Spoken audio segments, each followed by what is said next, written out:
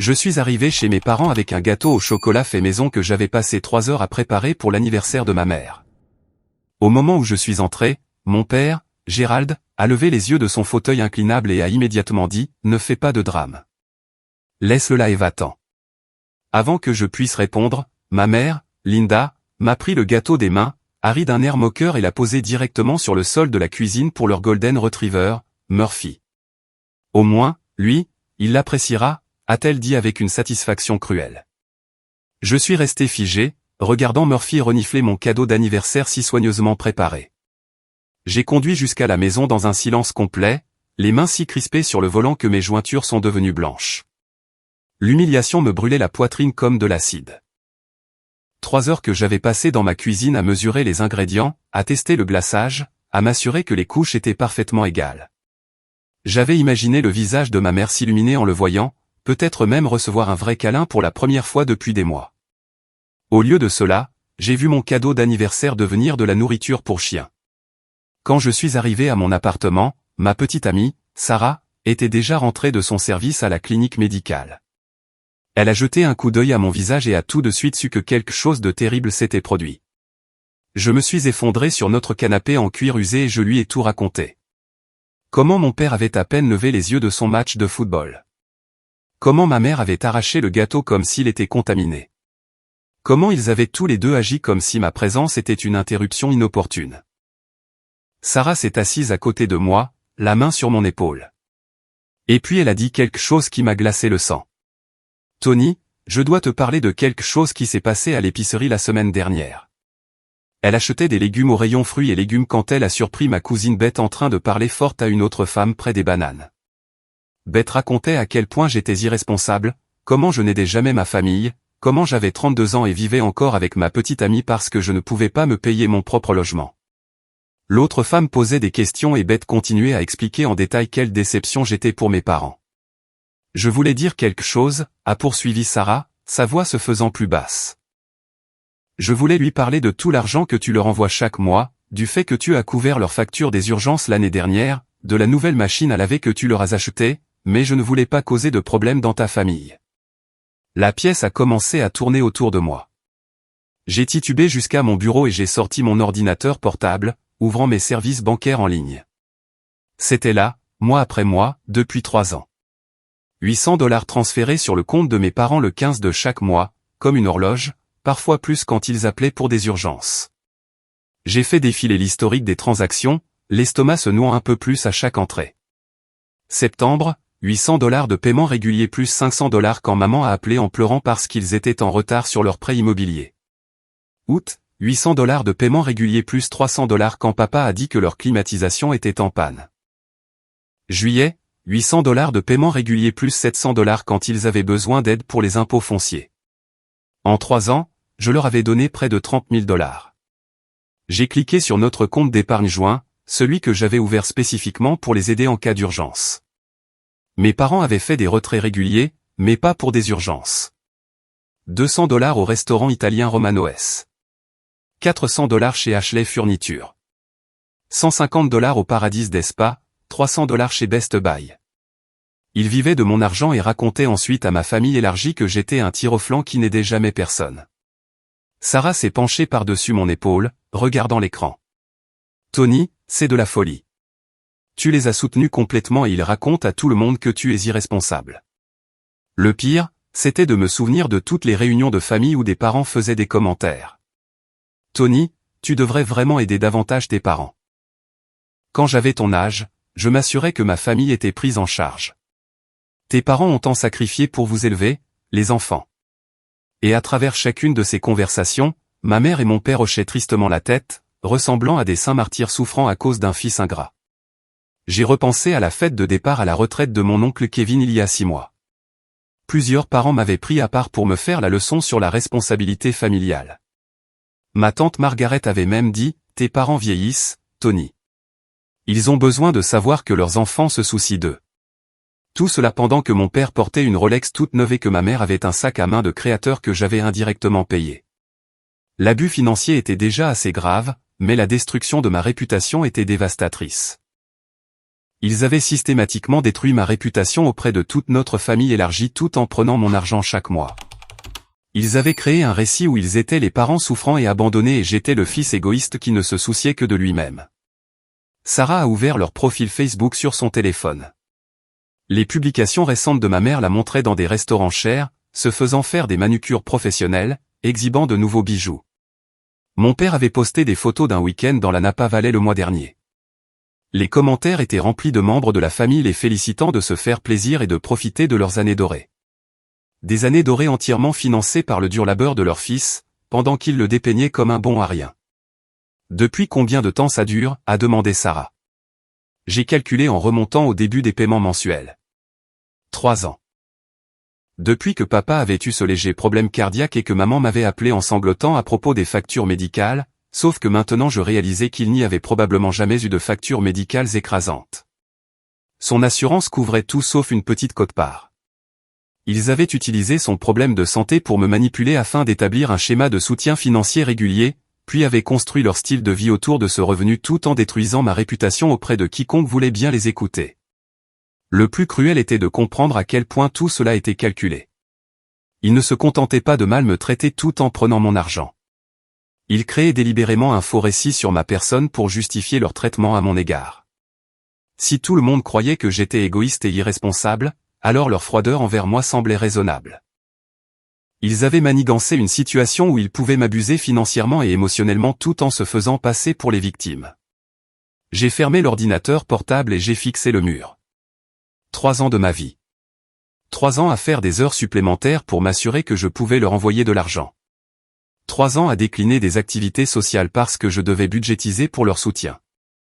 3 ans à croire que je faisais quelque chose de bien et de significatif. Tout cela pendant qu'ils utilisaient ma générosité pour financer leur style de vie confortable et raconter à tout le monde que j'étais un échec. Le lendemain matin, je me suis réveillé avec une boule au ventre qui ne voulait pas disparaître. Sarah était déjà partie travailler, laissant un mot disant qu'elle m'aimait et que nous trouverions une solution ensemble. Mais j'avais besoin de comprendre jusqu'où allait cette trahison. J'ai décidé d'appeler mon oncle Robert, le frère de mon père. Robert avait toujours été le diseur de vérité de la famille, la seule personne qui n'enrobait rien. Si quelqu'un pouvait me donner des réponses franches sur la situation financière de mes parents, c'était bien lui. « Tony, content de t'entendre », a dit Robert quand il a décroché. « Comment ça va ? » ?»« Je vais bien, oncle Robert. »« En fait, j'appelais pour prendre des nouvelles de maman et papa. »« Est-ce qu'ils s'en sortent financièrement ces jours-ci ?» Robert a gloussé. « Tu plaisantes ? Ils s'en sortent mieux que jamais. Depuis que ta grand-mère Hélène leur a laissé ses 45 000 $. Ils vivent plutôt confortablement. Ton père me disait justement qu'il pensait réserver un de ses forfaits de croisière en Alaska. Tant mieux pour eux. Tu sais, après toutes ces années de difficultés, ils méritent d'en profiter. Le téléphone a glissé dans ma main. Grand-mère Hélène était décédée il y a 8 mois. 2 semaines après ses funérailles, mes parents m'avaient appelé en larmes, disant qu'ils étaient submergés par les frais funéraires et me demandant 2 000 $ pour les aider à se remettre sur pied. J'avais transféré l'argent immédiatement, sans poser de questions. L'héritage, ai-je réussi à dire, quand l'ont-ils reçu ? Oh, c'est arrivé assez vite après le règlement du testament. Il y a peut-être 7 mois. Ton père l'a déposé tout de suite. Il m'a montré le relevé de compte parce qu'il était tellement excité. Malin de leur part de le mettre sur ce compte joint pour qu'ils y aient tous les 2 accès. Le compte joint, le même compte auquel je contribuais depuis 3 ans. Ils avaient déposé l'héritage de grand-mère sur le compte qui contenait mes paiements de soutien mensuels, mélangeant son argent avec le mien, puis avaient continué à accepter mes contributions tout en étant assis sur 45 000 $. Robert, ont-ils mentionné être stressés financièrement récemment ? Genre, avoir besoin d'aide pour les factures ou quoi que ce soit. Stressé ? Sûrement pas. Linda exhibait justement ses nouvelles boucles d'oreilles en diamant au mariage de ta cousine le mois dernier. Elle a dit qu'ils célébraient leur situation améliorée. Pourquoi tu demandes ? J'ai inventé une excuse en disant que je voulais les aider s'ils en avaient besoin, et j'ai rapidement mis fin à l'appel. Puis j'ai immédiatement composé le numéro de ma tante Patricia, la sœur de ma mère. Patricia a répondu à la 2e sonnerie, semblant ravie de m'entendre. Tony, quelle bonne surprise. Ta mère me disait justement à quel point tu réussissais bien. Ah oui ? Oh, oui. Elle est très fière de ton succès. Elle dit que tu as vraiment appris à bien gérer l'argent et à vivre selon tes moyens. Elle se vante toujours de ton intelligence et de ton indépendance. C'était l'exact opposé de ce qu'elle racontait aux autres membres de la famille. Tante Patricia, a-t-elle mentionné quelque chose à propos de leur situation financière dernièrement? Tu veux dire à quel point ils s'en sortent bien? Elle est absolument rayonnante à propos de leur planification financière. La semaine dernière, elle a acheté ce magnifique sac à main à $700 et m'a dit que c'était parce qu'ils avaient enfin appris à budgétiser correctement. Elle se fait faire ses manucures chaque semaine maintenant et dit que c'est sa récompense pour être financièrement responsable. $700 pour un sac à main alors qu'elle me pleurait la misère. Des manucures hebdomadaires tout en prétendant qu'ils ne pouvaient pas payer leur prêt immobilier. A-t-elle dit quelque chose à mon sujet récemment, si je le rends à ses visites ou si je les aide? Le ton de Patricia a légèrement changé.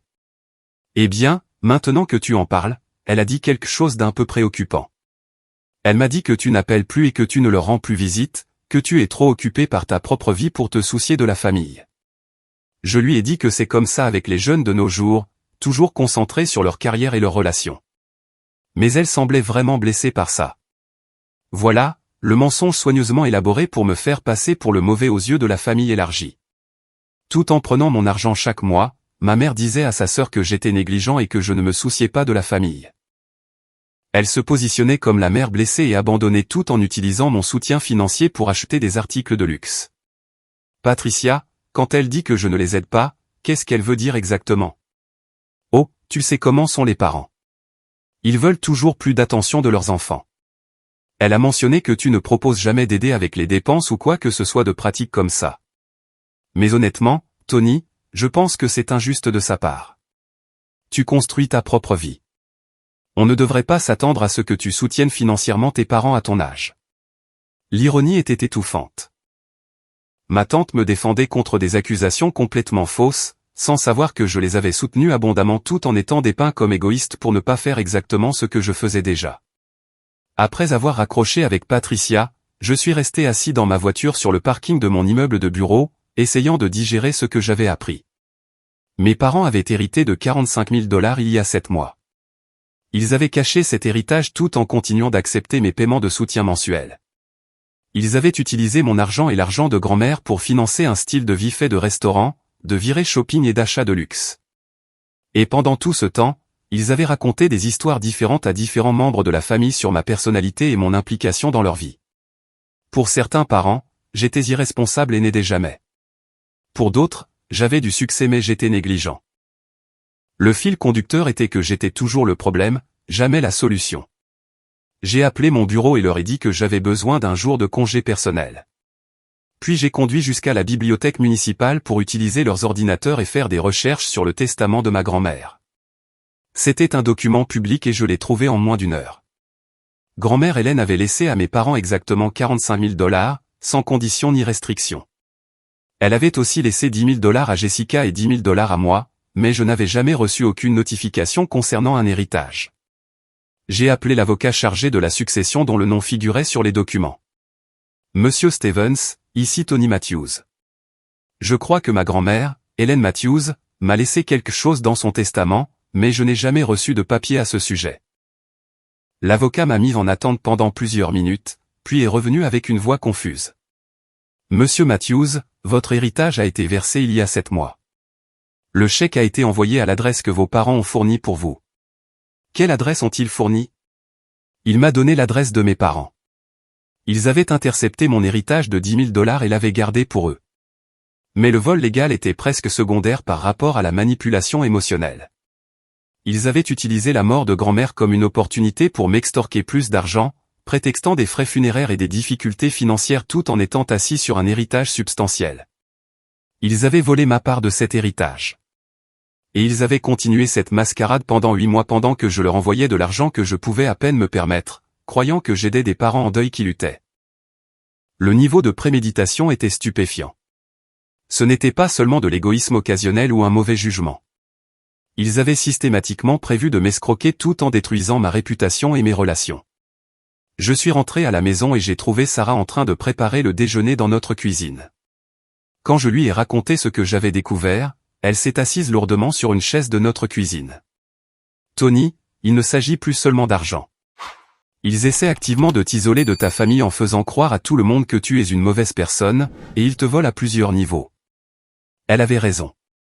C'était une guerre psychologique conçue pour me garder dépendant de leur approbation pendant qu'ils s'enrichissaient à mes dépens.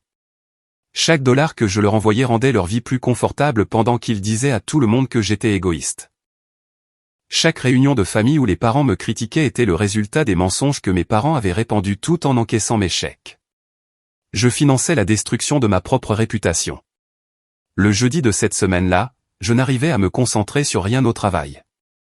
Mon esprit revenait sans cesse à tous les mensonges, à tout l'argent, à tous les membres de la famille qui pensaient que j'étais une déception. J'ai décidé de passer chez mes parents à l'improviste, en espérant les surprendre dans un moment normal et peut-être avoir une vraie conversation sur ce qui se passait. Ce que j'ai trouvé dans leur allée m'a coupé le souffle. Un SUV Lexus argenté flambant neuf était garé à côté du camion de mon père, portant encore des plaques d'immatriculation temporaire. Par la fenêtre de la cuisine, j'ai pu voir ma sœur Jessica assise à table avec nos parents. Ma mère ouvrait une bouteille de champagne pendant que mon père étalait une pile de papier devant Jessica. J'étais tombé en pleine célébration. Mon père m'a repéré par la fenêtre et son expression s'est immédiatement assombrie. Il est sorti en trombe, claquant la porte d'entrée derrière lui. « Qu'est-ce que tu fais à rôder autour de notre maison comme un stalker ? » ?»« Tony, je suis venu pour vous parler, à toi et à maman. »« C'est à qui le Lexus ?» Avant qu'il ne puisse répondre, Jessica est sortie de la maison, l'air coupable et sur la défensive. Elle a évité de croiser mon regard. « Tony, je peux expliquer. »« Expliquer quoi exactement ?» Ma mère nous a rejoints sur le porche, tenant toujours sa coupe de champagne. Jessica vient d'acheter sa première maison. Nous célébrons sa réussite. Quelque chose que tu pourrais comprendre si tu accomplissais un jour quelque chose de significatif. Elle a acheté une maison. J'ai regardé ma sœur, qui avait 28 ans et travaillait comme hygiéniste dentaire. Jess, c'est génial, mais comment as-tu pu te permettre une maison dans ce marché ? Le silence qui a suivi m'a tout dit. Jessica a finalement parlé, sa voix à peine plus qu'un murmure. Maman et papa m'ont aidé à économiser pour un acompte. Vous aidez comment ? Mon père s'est interposé entre nous. Ça ne te regarde pas, Tony. Ce que nous faisons pour Jessica, c'est entre nous et elle.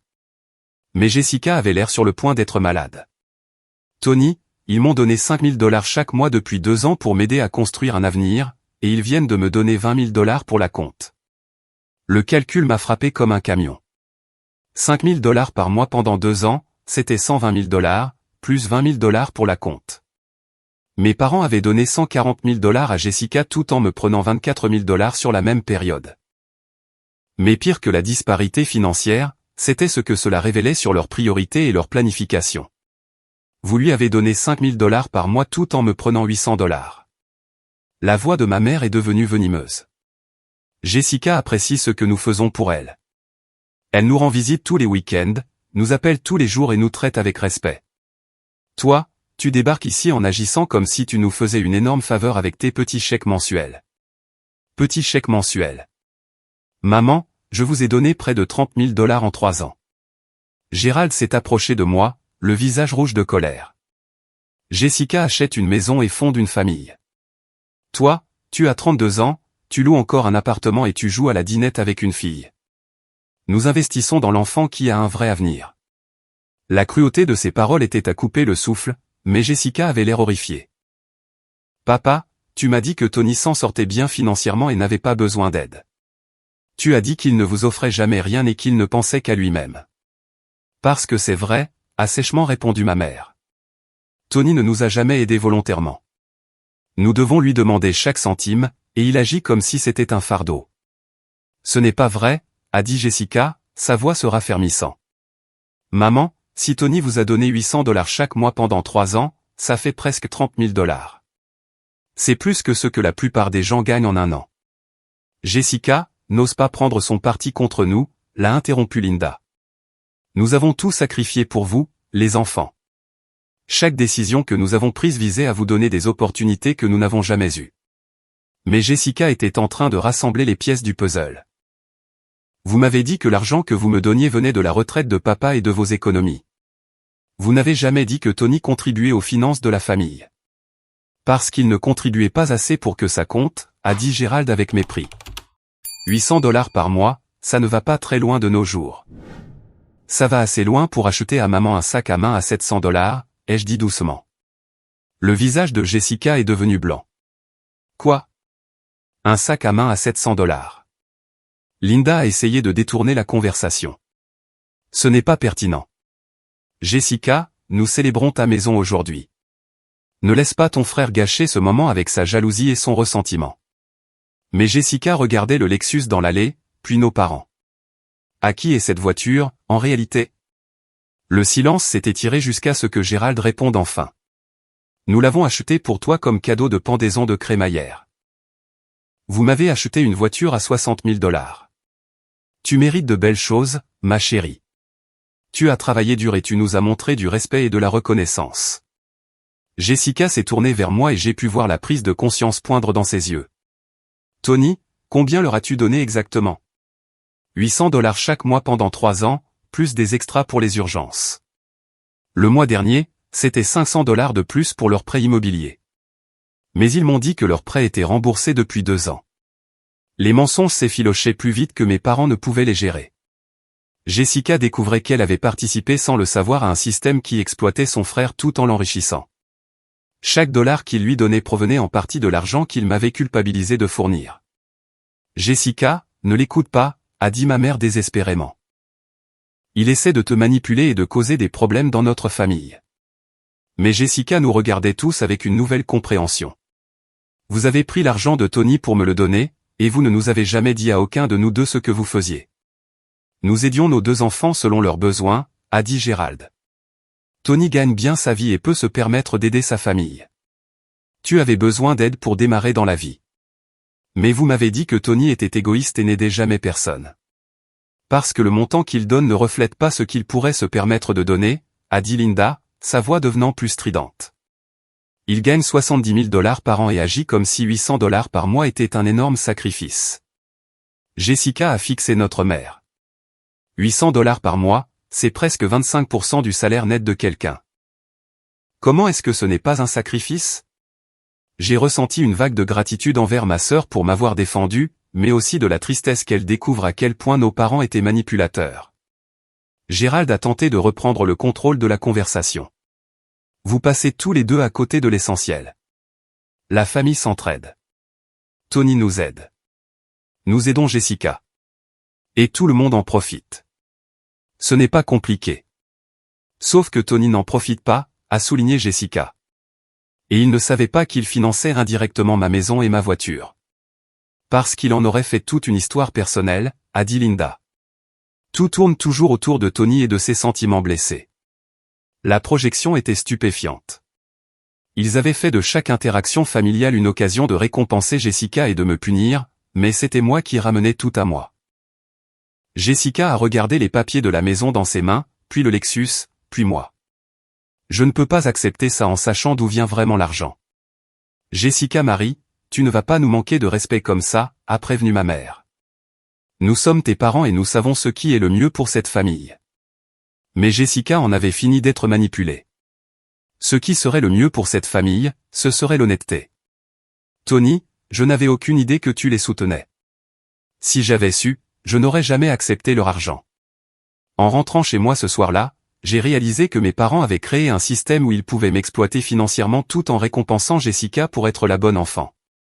Ils nous avaient tous les deux tenus dans l'ignorance de leur situation financière complète, s'assurant qu'aucun de nous ne puisse prendre de décisions éclairées sur la dynamique familiale.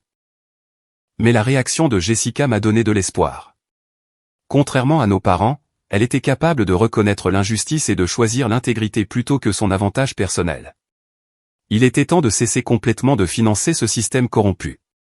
Ce week-end-là, j'ai décidé que je devais comprendre toute l'étendue des dommages que mes parents avaient causés à ma réputation. Si je devais affronter cette situation complètement, je devais connaître chaque mensonge qu'ils avaient raconté et chaque relation qu'ils avaient empoisonnée. J'ai commencé par Amanda, mon ex-petite amie d'il y a 2 ans.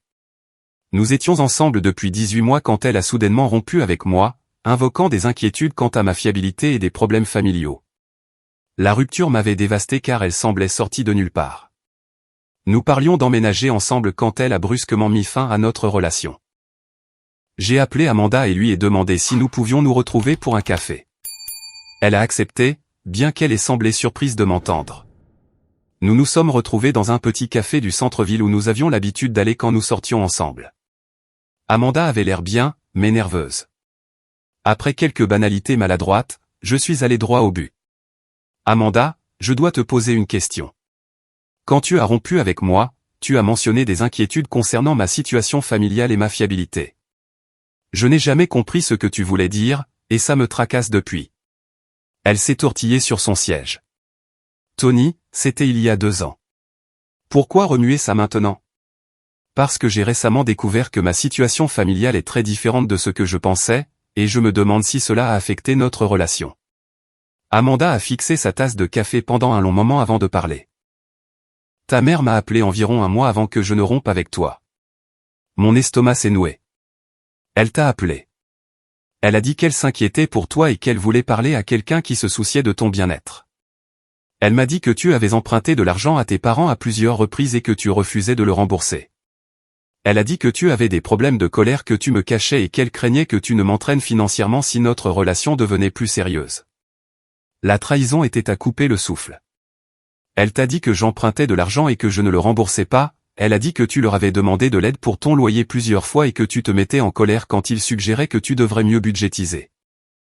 Elle m'a dit qu'elle pensait que tu avais peut-être un problème de jeu parce que tu semblais toujours avoir besoin d'argent mais que tu n'avais jamais rien à montrer.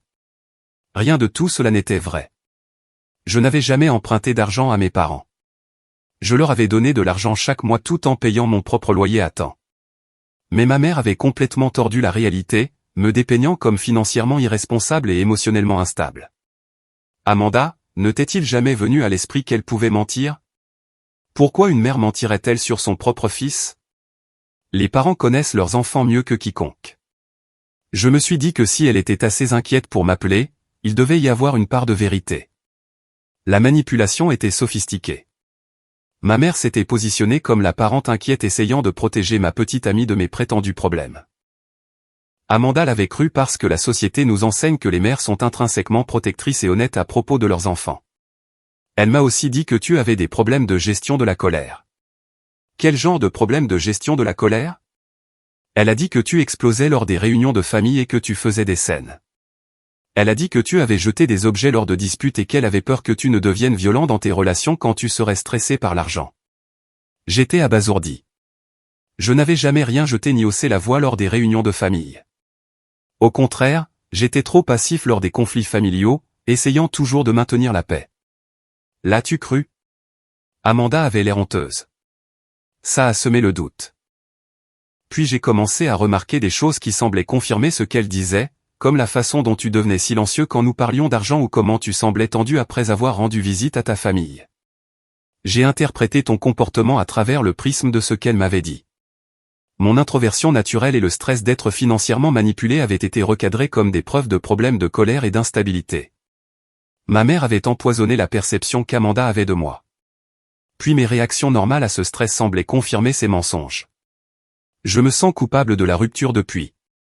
Amanda a poursuivi, tu n'as jamais rien fait de mal dans notre relation. Tu as toujours été gentil et respectueux avec moi. Mais son appel m'a fait tout remettre en question.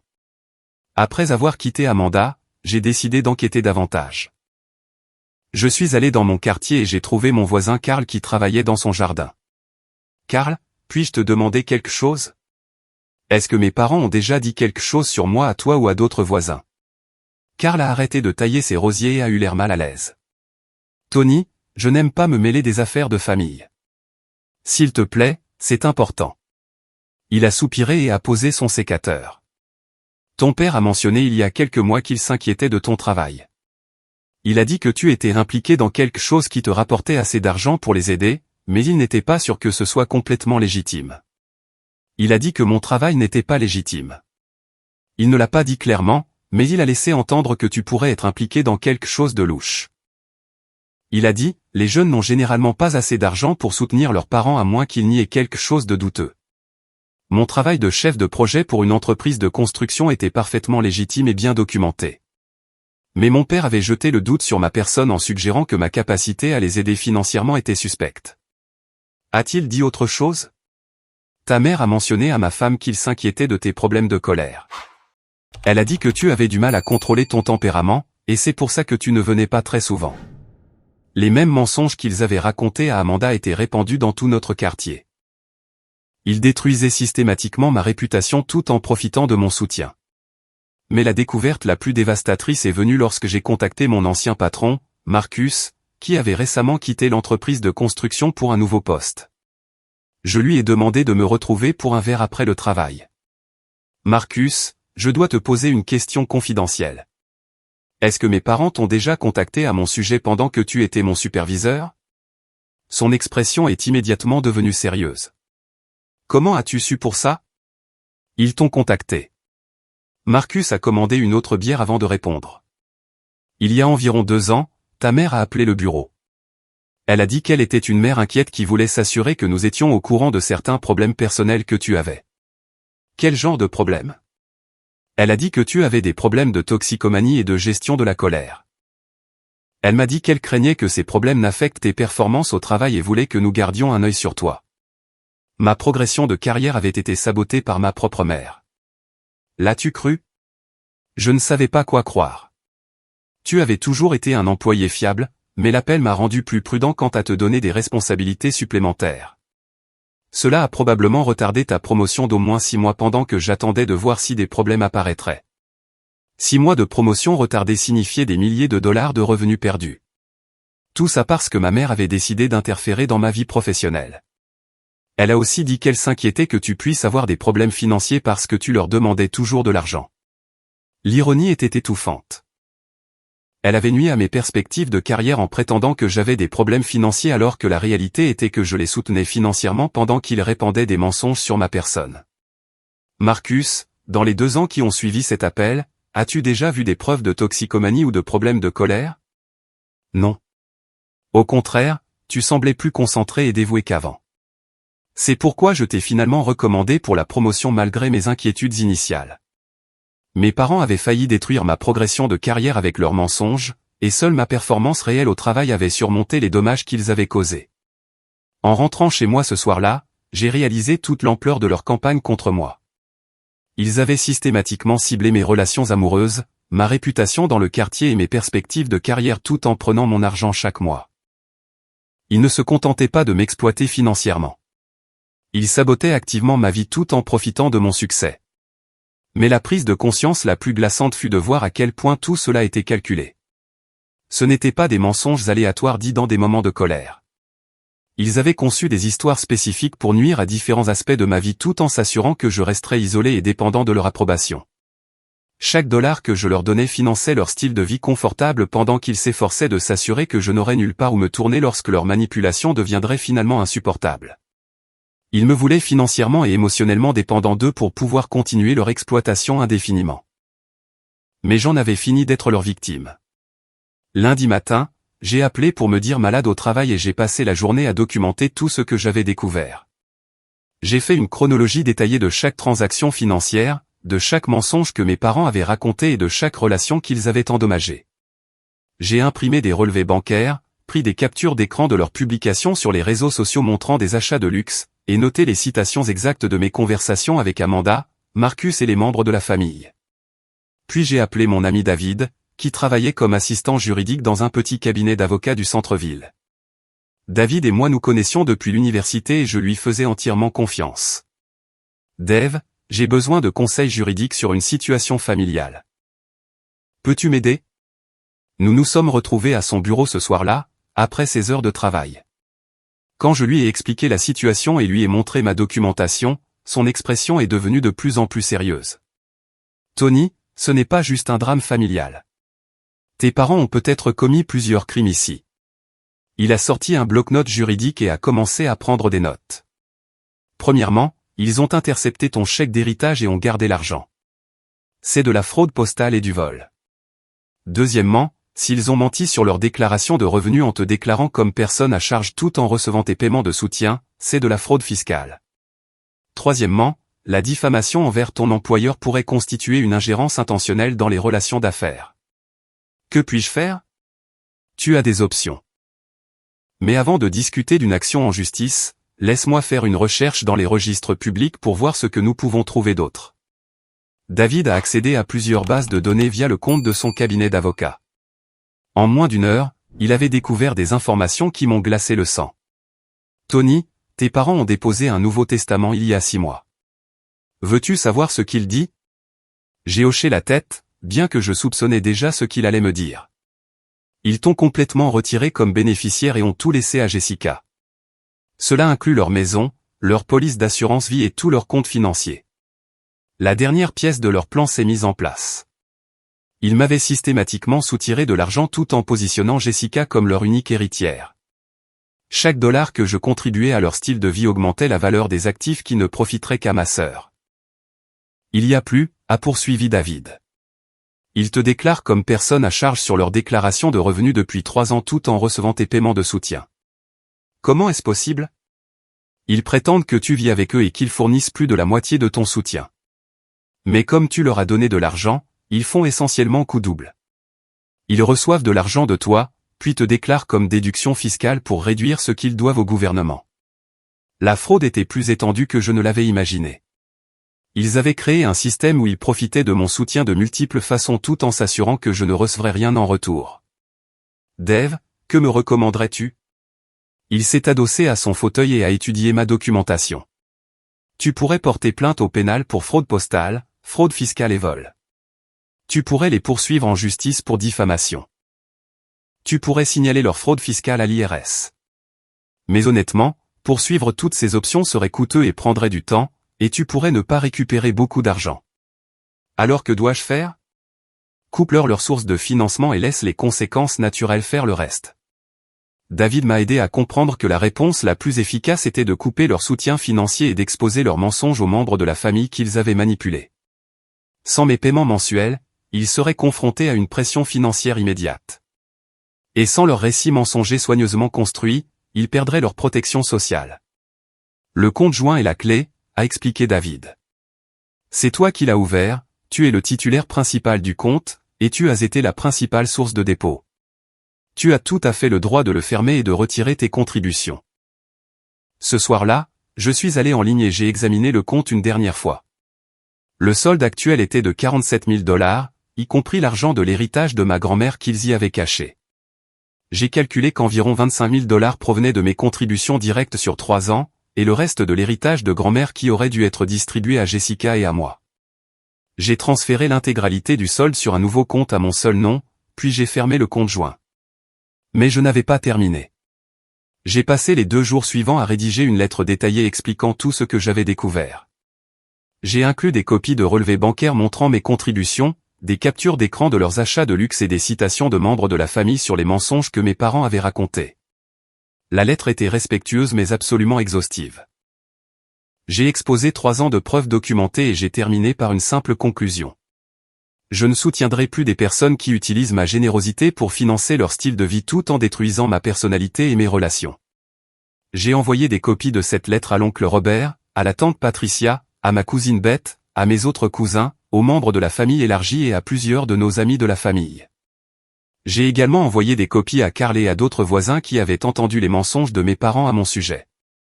Mais j'ai gardé la copie la plus importante pour Jessica. Je la lui ai remise en main propre dans son appartement avec une note séparée expliquant que rien de tout cela n'était de sa faute, que je ne lui reprochais pas d'avoir accepté le soutien de nos parents, et que j'espérais que nous pourrions reconstruire notre relation fraternelle basée sur l'honnêteté plutôt que sur la manipulation. La lettre incluait une dernière révélation que j'avais découverte grâce aux recherches de David. Nos parents avaient souscrit une police d'assurance vie il y a 2 ans avec Jessica comme unique bénéficiaire. Les primes étaient payées par prélèvement automatique sur le compte joint, ce qui signifiait que mes contributions mensuelles avaient financé une police qui ne profiterait qu'à ma sœur. J'avais payé sans le savoir pour ma propre exclusion de leur héritage. Mais en envoyant le dernier email contenant ma lettre, j'ai ressenti quelque chose que je n'avais pas ressenti depuis des années. La paix. Je ne finançais plus ma propre maltraitance. Dès le mardi matin, mon téléphone a commencé à sonner sans arrêt. L'oncle Robert a appelé en premier, la voix pleine de colère et d'incrédulité. « Tony, je viens de lire ta lettre. Est-ce que tout cela est vrai? Chaque mot, oncle Robert. J'ai des documents pour tout. Bon sang. Je n'arrive pas à croire que Gérald m'ait menti sur l'héritage d'Hélène et que Linda ait dit à Patricia que tu étais négligent alors que tu leur envoyais 800 $ par mois. C'est de la folie. En quelques heures, le réseau de mensonges soigneusement tissé par mes parents a commencé à s'effondrer. Tante Patricia a appelé ma mère, exigeant des explications sur les contradictions entre ses affirmations de pauvreté et sa richesse évidente. Karl a organisé une réunion de quartier impromptue où plusieurs familles ont partagé des histoires sur les mensonges de mes parents à mon sujet. Le coup le plus dévastateur est venu lorsque Jessica a appelé nos parents et leur a dit qu'elle rendait la compte de 20 000 $ pour sa maison. Je ne peux pas vivre dans une maison qui a été achetée avec l'argent que Tony vous a envoyé pour vous aider, leur a-t-elle dit. Et je rends la voiture. Je ne ferai plus partie de ça. La réponse de ma mère, selon Jessica, fut une fureur pure. Petite ingrate. Après tout ce que nous avons fait pour toi, tu vas prendre le parti de ton frère jaloux et manipulateur. Mais Jessica est restée ferme. Elle avait vu trop de preuves pour nier la réalité. Le mercredi, les conséquences financières ont durement frappé mes parents. Sans mes 800 $ mensuels, ils ne pouvaient pas payer leur prêt immobilier. Leurs cartes de crédit, sur lesquelles ils payaient les soldes minimums avec mon argent, ont commencé à accumuler des frais d'intérêt qu'ils ne pouvaient pas se permettre. Les conséquences sociales furent encore plus graves. Les membres de la famille qui m'avaient critiqué pendant des années comprenaient maintenant qu'ils avaient été manipulés. Plusieurs voisins se sont excusés d'avoir cru aux fausses rumeurs sur ma personne. Mais au lieu d'accepter leurs responsabilités, mes parents ont redoublé d'efforts dans leur discours de victimisation. Jeudi après-midi, mon père s'est présenté à mon lieu de travail, créant une scène dans le hall qui a nécessité l'intervention de la sécurité. Il criait à propos d'enfants ingrats et exigeait que j'arrête ce caprice d'enfants et que je leur redonne accès à leur argent. Cet argent nous appartient, a-t-il hurlé alors que la sécurité l'escortait vers la sortie. Tu ne peux pas voler ta propre famille et t'en tirer comme ça. L'ironie était à couper le souffle. Il m'accusait de vol alors qu'il se tenait dans le hall de l'emploi qu'il avait failli saboter avec ses mensonges à mon patron. Vendredi a apporté l'escalade la plus désespérée à ce jour. Ma mère a appelé tous les membres de la famille qu'elle pouvait joindre, tentant de limiter les dégâts en affirmant que j'avais développé une dépendance au jeu et que j'avais volé leurs économies de retraite.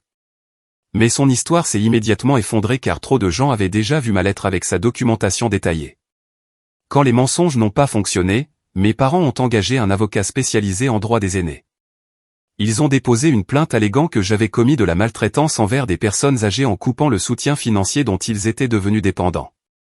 Leur avocat a fait valoir que, comme j'avais établi un schéma de soutien régulier, le retirer soudainement constituait un abandon et un abus financier.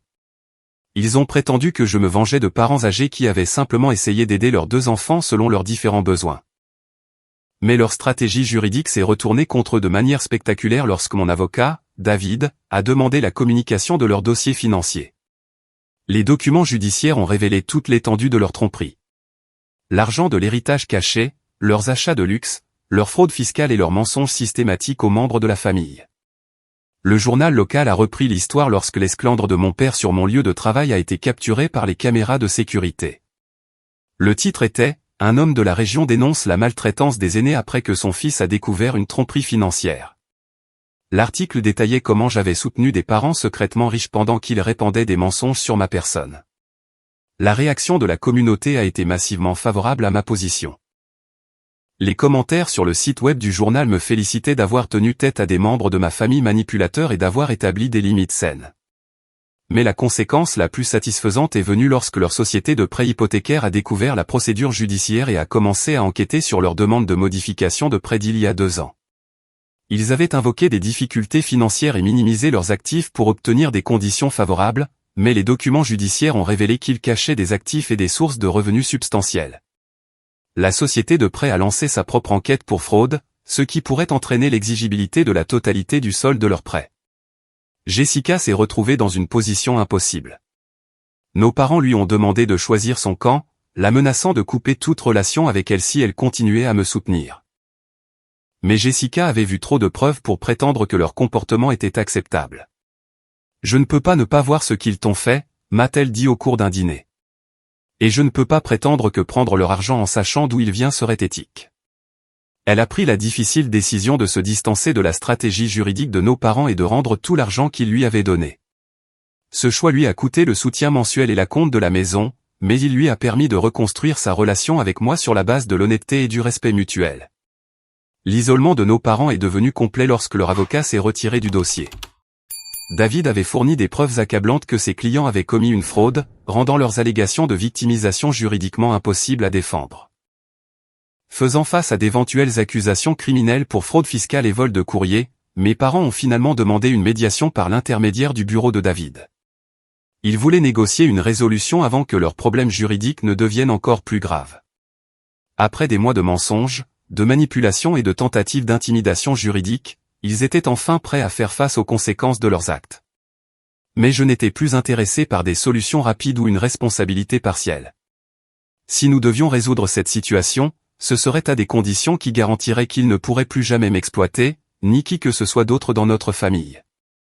La séance de médiation a eu lieu dans la salle de conférence de David par un froid matin de décembre. Mes parents sont arrivés l'air plus vieux et plus défaits que je ne les avais jamais vus.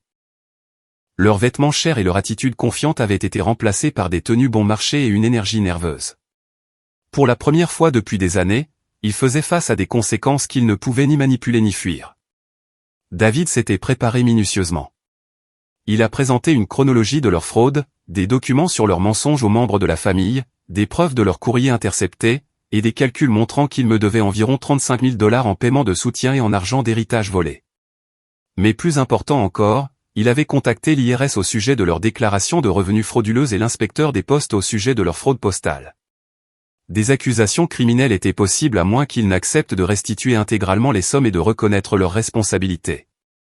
Face à une éventuelle poursuite, mes parents se sont finalement effondrés. Ma mère a parlé la première, la voix tremblante de larmes. « Tony, je sais que ce que nous avons fait était mal, mais tu dois comprendre. Nous étions terrifiés à l'idée de vieillir et de ne pas avoir assez d'argent. Quand tu as commencé à nous aider, c'était comme un filet de sécurité. Puis c'est devenu normal et nous avons commencé à en dépendre. Mais pourquoi mentir à tout le monde à mon sujet ? » Sa réponse a révélé la profondeur de leur manipulation psychologique. Parce que si tout le monde pensait que tu étais généreux et responsable, ils s'attendraient à ce que nous soyons reconnaissants et heureux tout le temps. Mais nous nous sentions coupables de prendre ton argent. Alors nous nous sommes convaincus, ainsi que tout le monde, que tu n'en faisais pas assez. Cela nous faisait nous sentir moins coupables d'accepter ton aide. La confession de Gérald était plus calculée mais tout aussi révélatrice. Nous avons favorisé Jessica parce qu'elle semblait avoir besoin de plus d'aide.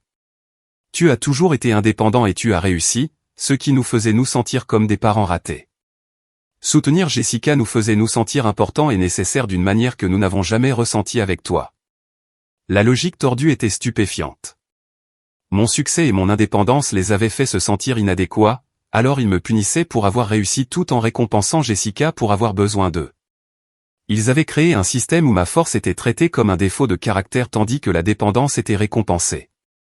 Mais comprendre leur motivation n'excusait pas leurs actions. David a exposé les conditions de la résolution. Ils s'excuseraient publiquement auprès de chaque membre de la famille et voisins à qui ils avaient menti, consulteraient un conseiller financier pour gérer leurs ressources légitimes, et n'auraient aucun contact avec moi pendant 2 ans pendant qu'ils travailleraient sur eux-mêmes. En échange, je ne porterai pas plainte au pénal et je les aiderai à éviter les poursuites en fournissant des documents de restitution aux autorités. Mais j'ai ajouté une condition supplémentaire qui a surpris tout le monde dans la pièce. Je veux créer un petit fonds d'urgence pour eux, mais accessible uniquement par l'intermédiaire d'un conseiller financier qui peut vérifier les urgences légitimes. David avait l'air confus. « Tony, pourquoi voudrais-tu les aider après tout ce qu'ils ont fait ? Parce que les couper complètement me rendrait aussi manipulateur qu'eux. La différence entre le soutien et la complaisance, c'est la structure et la responsabilité. J'ai utilisé 15 000 $ du compte joint, qui leur appartenait légalement mais qui représentait moralement mes contributions, pour créer un fonds d'urgence supervisé. Ils ne pouvaient y accéder que pour de véritables urgences médicales ou une crise de logement, et seulement avec la vérification d'un conseiller financier agréé. Cet arrangement les protégeait de véritables catastrophes tout en les empêchant d'utiliser la manipulation émotionnelle pour obtenir de l'argent pour des luxes ou de mauvaises décisions financières. La résolution plus large a eu des effets profonds sur toute la dynamique de notre famille.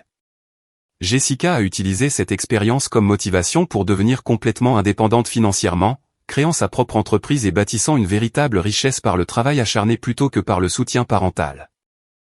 Oncle Robert et tante Patricia se sont beaucoup plus impliqués pour tenir les membres de la famille responsables de leurs actes, mettant fin à la culture de la complaisance envers les mauvais comportements au nom de la paix familiale. Plus important encore, la vérité sur ma personne et mes contributions est devenue largement connue dans toute notre famille élargie et notre communauté. Les parents qui m'avaient critiqué pendant des années ont compris qu'ils avaient été manipulés pour croire à des mensonges. 6 mois plus tard, ma vie s'était transformée d'une manière que je n'aurais jamais attendue. Ma relation avec Sarah s'est approfondie car elle avait été témoin de ma force à établir des limites avec des membres toxiques de ma famille. Elle a dit, me voir choisir le respect de soi plutôt que l'approbation familiale lui avait montré ce qu'était la véritable intégrité. Amanda m'a contacté pour s'excuser et exprimer son admiration pour la façon dont j'avais géré la situation. Bien que nous n'ayons pas repris notre relation amoureuse, nous avons reconstruit une véritable amitié basée sur l'honnêteté quant à la façon dont mes parents avaient manipulé ses perceptions. Mes perspectives de carrière se sont considérablement améliorées lorsque la vérité sur ma personne a été connue. Marcus, mon ancien patron, m'a recommandé pour un poste de direction dans une grande société de développement, citant mon intégrité sous pression comme une qualification clé. Mais le changement le plus significatif a été dans ma relation avec Jessica. Pour la première fois de notre vie, nous avions un lien fraternel basé sur le respect mutuel et l'honnêteté plutôt que sur la compétition pour l'approbation parentale. Nous avons établi de nouvelles traditions familiales qui n'incluaient pas nos parents, créant la dynamique familiale aimante que nous n'avions jamais eue en grandissant. Jessica m'a dit plus tard que me voir me défendre l'avait inspirée à examiner d'autres relations dans sa vie où elle acceptait un mauvais traitement pour éviter les conflits. L'expérience m'a enseigné de profondes leçons sur l'amour, le respect et les limites saines. J'avais passé des années à croire que l'amour exigeait l'acceptation de n'importe quel comportement, que soutenir sa famille signifiait encourager leurs pires impulsions, et que la loyauté exigeait le silence face à l'abus. Mais le véritable amour signifie parfois laisser les gens faire face aux conséquences de leurs choix plutôt que de les sauver de leur propre comportement. Le vrai soutien familial signifie aider les gens à devenir la meilleure version d'eux-mêmes, pas à financer leur dysfonctionnement. Plus important encore, j'ai appris que se protéger de l'exploitation n'est ni égoïste ni cruel. C'est nécessaire pour construire des relations authentiques qui honorent la dignité et la valeur de chacun. 2 ans plus tard, mes parents ont terminé leur consultation financière et m'ont envoyé une lettre demandant de reprendre contact. La lettre était différente de tout ce qu'ils m'avaient jamais écrit auparavant. Elle contenait une véritable reconnaissance de leurs actes, des aveux spécifiques sur la façon dont ils m'avaient blessé, moi et d'autres, et des plans réalistes pour construire des relations plus saines à l'avenir. Nous avons commencé par des appels téléphoniques mensuels, puis des dîners de famille occasionnels, toujours avec des limites claires sur le comportement respectueux et la communication honnête. La relation que nous avons construite était plus modeste, mais infiniment plus authentique que ce que nous avions auparavant. Au cours d'un de ces dîners, ma mère a dit quelque chose qui a bouclé la boucle de notre guérison. Tony, j'ai passé tellement d'années à ressentir du ressentiment pour ton indépendance que j'ai oublié d'être fier de l'homme que tu es devenu. Je suis désolé qu'il ait fallu te perdre complètement pour que je comprenne ce que j'avais. Le test final de notre nouvelle relation est venu lorsque j'ai préparé un gâteau d'anniversaire pour ses 70 ans. Quand je suis arrivé chez eux avec le gâteau au chocolat fait maison, mon père s'est levé de son fauteuil et a dit « Merci, mon fils. Ça signifie plus pour moi que tu ne peux l'imaginer. » Cette fois, ma mère a accepté le gâteau avec une gratitude sincère, l'a placé soigneusement sur le comptoir de la cuisine, et m'a donné le premier câlin sincère que j'avais reçu d'elle depuis des décennies. En réfléchissant à ce parcours, je comprends que la chose la plus aimante que j'ai faite pour toutes les personnes impliquées a été d'arrêter de cautionner un comportement destructeur et de commencer à modeler des relations saines. Mes parents avaient besoin de faire face aux conséquences pour apprendre et grandir. Jessica avait besoin de voir à quoi ressemblait l'intégrité sous pression. Et j'avais besoin d'apprendre que ma valeur en tant que personne n'était pas déterminée par la quantité d'abus que j'étais prêt à accepter. La leçon de vie qui a émergé de cette expérience douloureuse m'apporte la paix. On ne peut pas gagner l'amour par des paiements ni obtenir le respect par l'endurance. Des relations saines nécessitent une attention mutuelle, une communication honnête et le respect des limites. Lorsque ces éléments sont absents, la réponse la plus aimante est de protéger sa propre dignité tout en permettant aux autres de choisir s'ils veulent faire le travail nécessaire pour construire quelque chose d'authentique. Établir des limites n'est pas une punition, c'est une protection. Et parfois, se protéger est le plus beau cadeau que l'on puisse faire à tous ceux qui nous entourent. Je veux vous poser une question. Vous êtes-vous déjà retrouvé à soutenir quelqu'un qui tenait votre aide pour acquise tout en vous traitant mal? Comment avez-vous géré cette situation? Partagez votre histoire dans les commentaires ci-dessous. Si cette histoire a résonné en vous, merci de lui donner un j'aime et de vous abonner pour plus d'expériences de la vie réelle sur l'établissement de limites et la construction de relations plus saines. Et si vous connaissez quelqu'un qui a besoin d'entendre ce message sur la différence entre l'amour et la complaisance, merci de partager cette vidéo avec eux. Merci d'avoir écouté mon histoire, et j'espère qu'elle vous aidera à reconnaître votre propre valeur et à construire les relations respectueuses que vous méritez.